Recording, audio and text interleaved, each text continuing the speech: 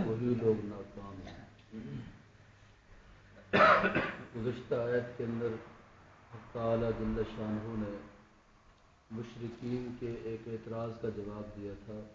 وہ یہ کہا کرتے تھے کہ قرآن پاک اگر اللہ کی کتاب ہے تو اس میں یہ معمولی چیزوں کی مثالیں کیوں آتی ہیں، حقیر چیزوں کی مثالیں کیوں ہوتی ہیں؟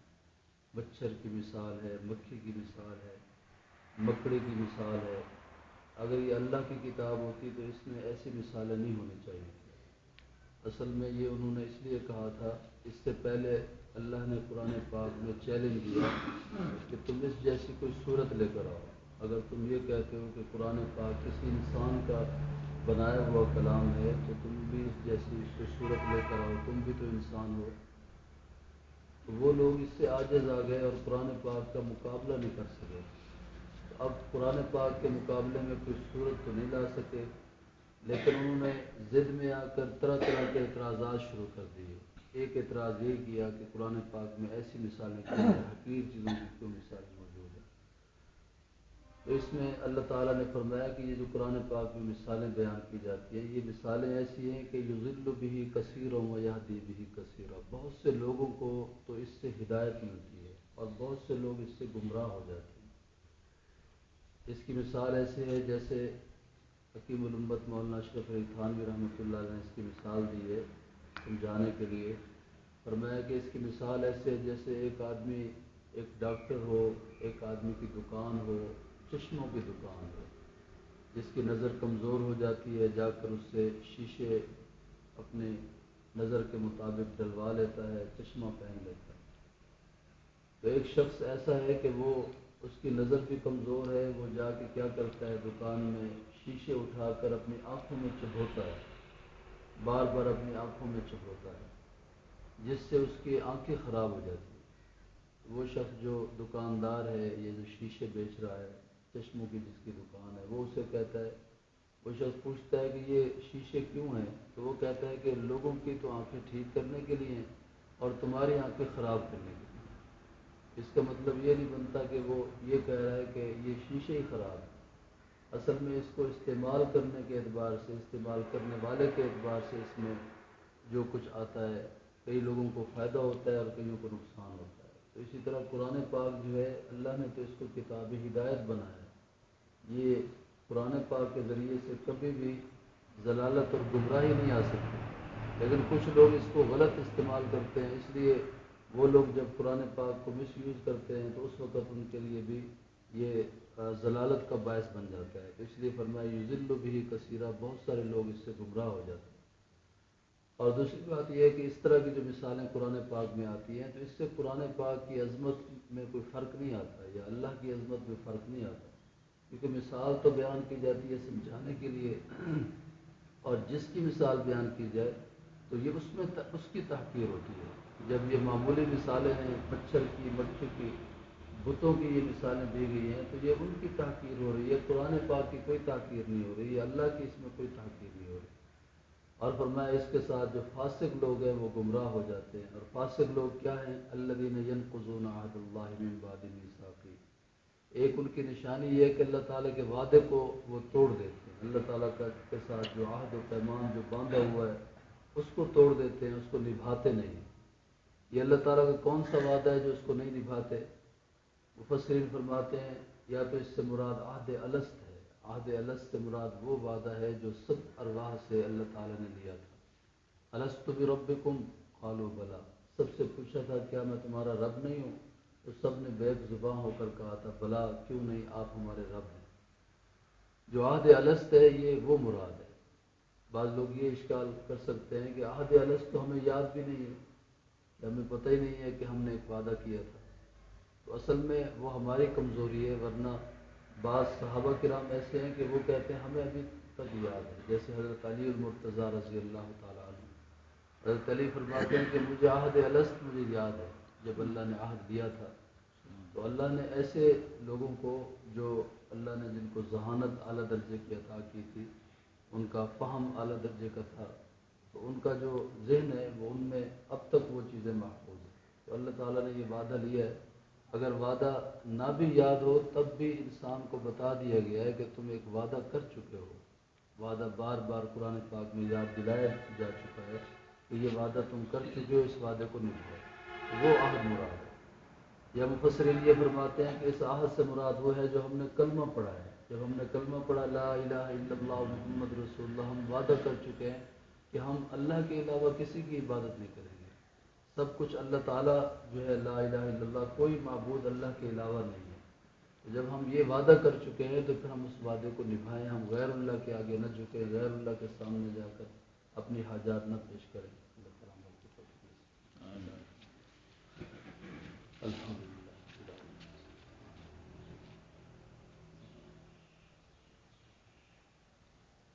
آمین برحمتک۔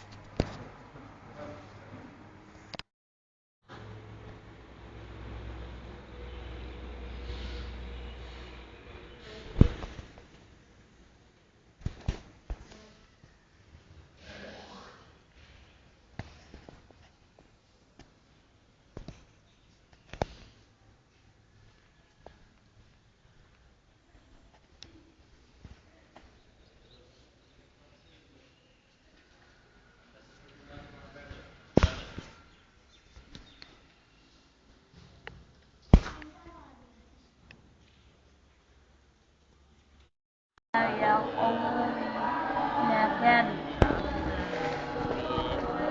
أبلغ رسالة ربي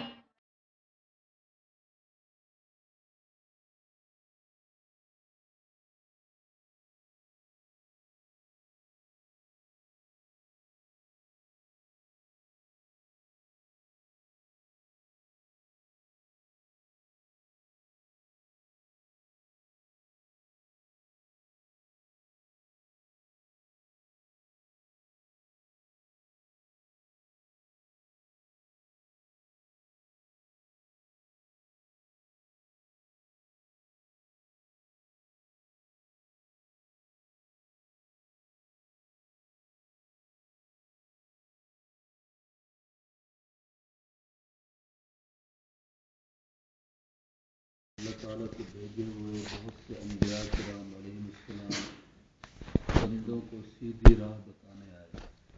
وہ سب گناہوں سے پاک ہیں۔ ان کی سچائی ثابت کرنے کے لیے اللہ تعالیٰ نے ان کے ہاتھوں ایسی نئی نئی اور عجیب و غریب باتیں ظاہر کی جو دوسرے لوگ نہیں کر سکتے۔ ایسی باتوں کو معجزہ کہتے ہیں۔ انبیاء کرام علیہ السلام میں سب سے پہلے آدم علیہ السلام تھے، اور سب سے بعد حضرت محمد رسول اللہ صلی اللہ علیہ وسلم اور باقی انبیاء علیہ السلام درمیان میں آئے۔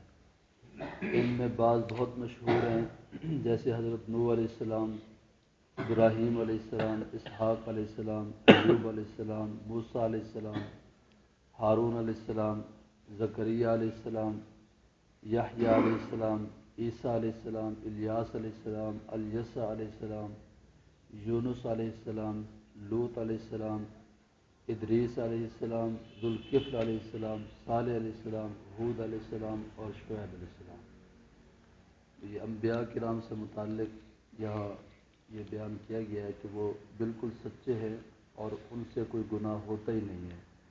انبیاء کرام سارے کے سارے معصوم ہیں۔ معصوم کا مطلب اللہ تعالیٰ نے انہیں ایسا پیدا کیا ہے کہ تکوینی طور پر، فطری طور پر انبیاء کرام سے کوئی گناہ نہیں ہو سکتا۔ اور انبیاء کرام اور عام لوگوں میں فرق یہ ہے کہ انبیاء کرام کے ہاتھوں اللہ تعالیٰ معجزات بھی ظاہر فرماتے ہیں۔ معجزہ جو ہوتا ہے وہ اللہ تعالیٰ کا فعل ہوتا ہے، لیکن وہ اللہ کے نبی کے ہاتھ پر ظاہر ہوتا ہے۔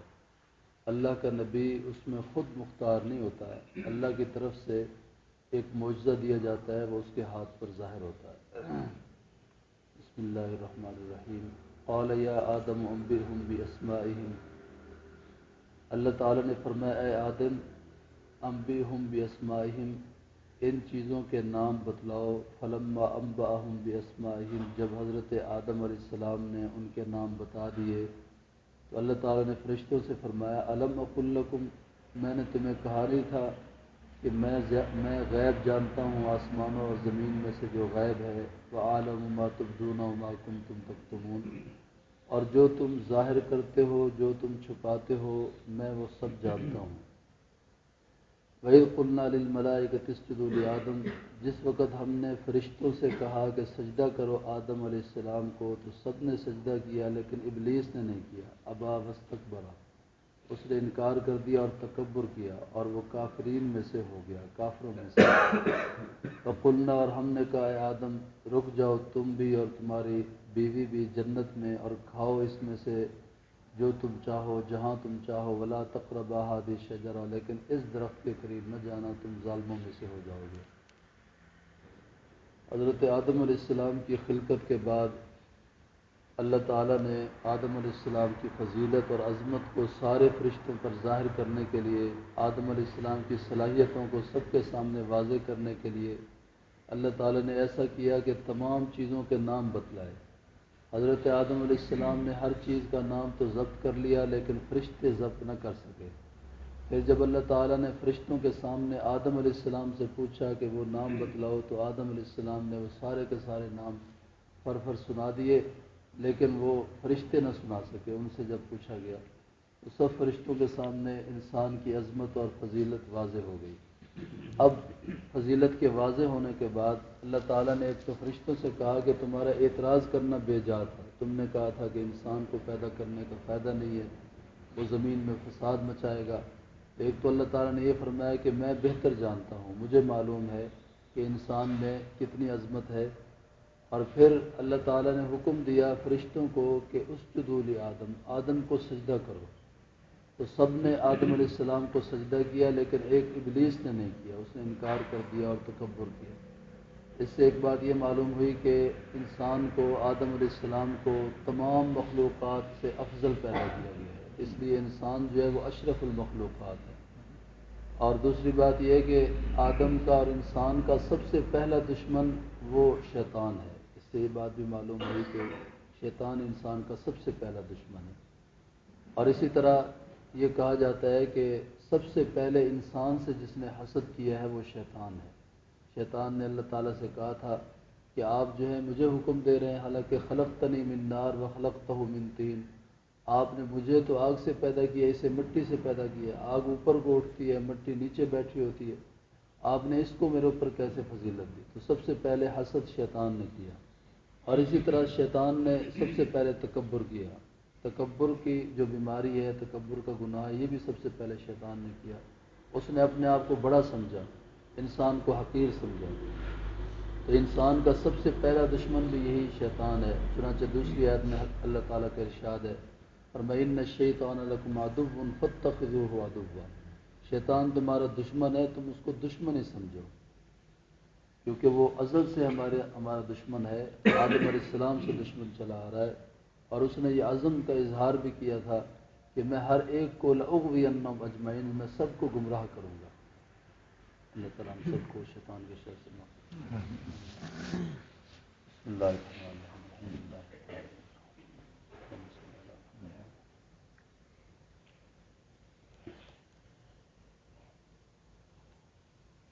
آمین برحمتک یا ارحم الراحمین۔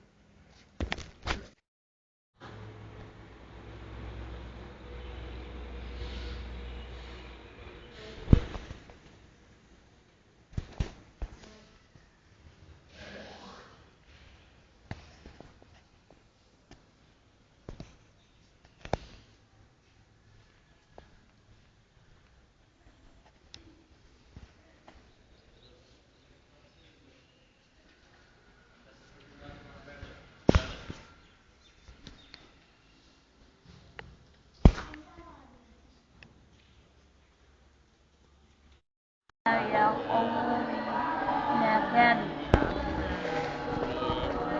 أبلغ